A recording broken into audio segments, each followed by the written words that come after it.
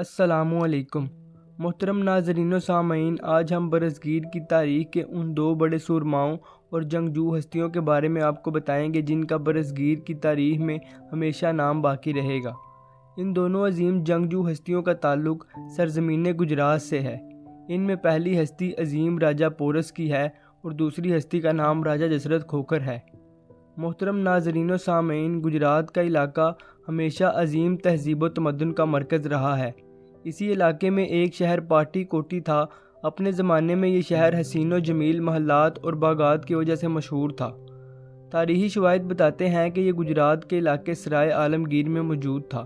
اسی پاٹی کوٹی شہر سے مشرق کی جانب سورج ہنسی خاندان کے راجہ بچن پال نے ایک شہر آباد کیا جس کا نام ادے نگری رکھا۔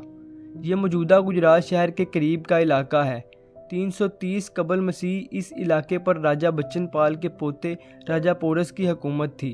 اسی سن میں جب سکندر یونانی نے کابل کے راستے ٹیکسلا پر حملہ کیا تو وہاں کے راجہ امبی نے بغیر لڑے اطاعت قبول کر لی۔ اسی طرح کشمیر کے راجہ نے بھی بغیر لڑے اطاعت قبول کر لی۔ سکندر جہاں بھی جاتا وہاں کے حکمران اس کے سامنے گھٹنے ٹیک دیتے، لیکن جب سکندر اعظم جہلم کے کنارے موجودہ گجرات کے علاقے پر حملہ آور ہونے کے لیے پہنچا تو وہاں کے حکمران راجہ پورس اس کے سامنے سیسا پلائی دیوار بن گیا۔ راجہ پورس نے دریائے جہلم کے کنارے آگے تک حرکت کی اور پنڈ دادن ہان پہنچا اور وہاں سے دریا کراس کر کے راجہ پورس کی افواج پر حملہ آور ہوا۔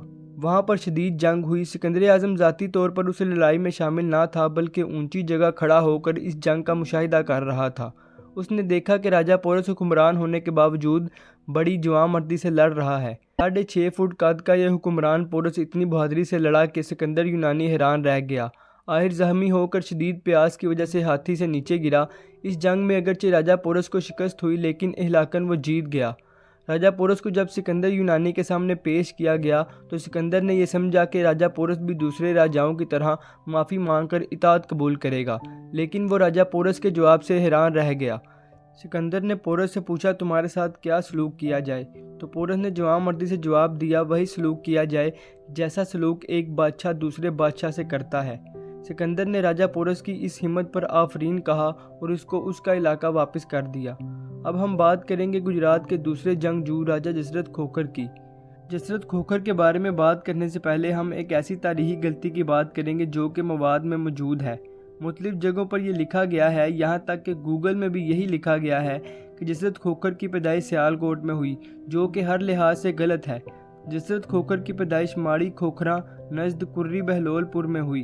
اس علاقے کو دشرت کھوکھر کے والد شیہا کھوکھر نے 13ویں صدی کے شروع میں آباد کیا۔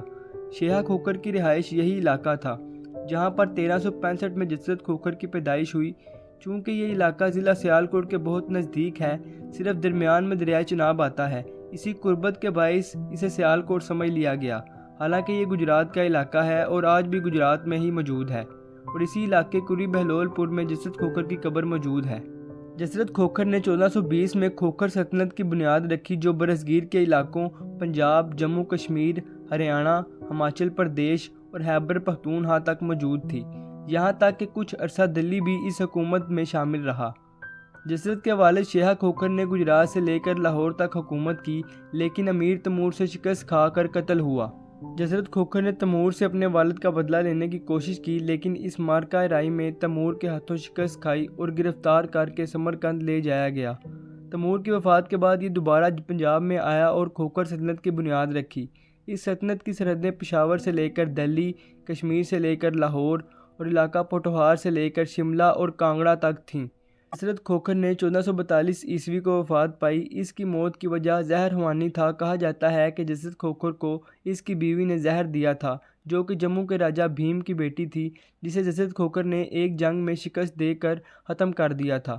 دشرت کھوکھر کی قبر گجرات کے علاقے کرری بہلول پور میں موجود ہے۔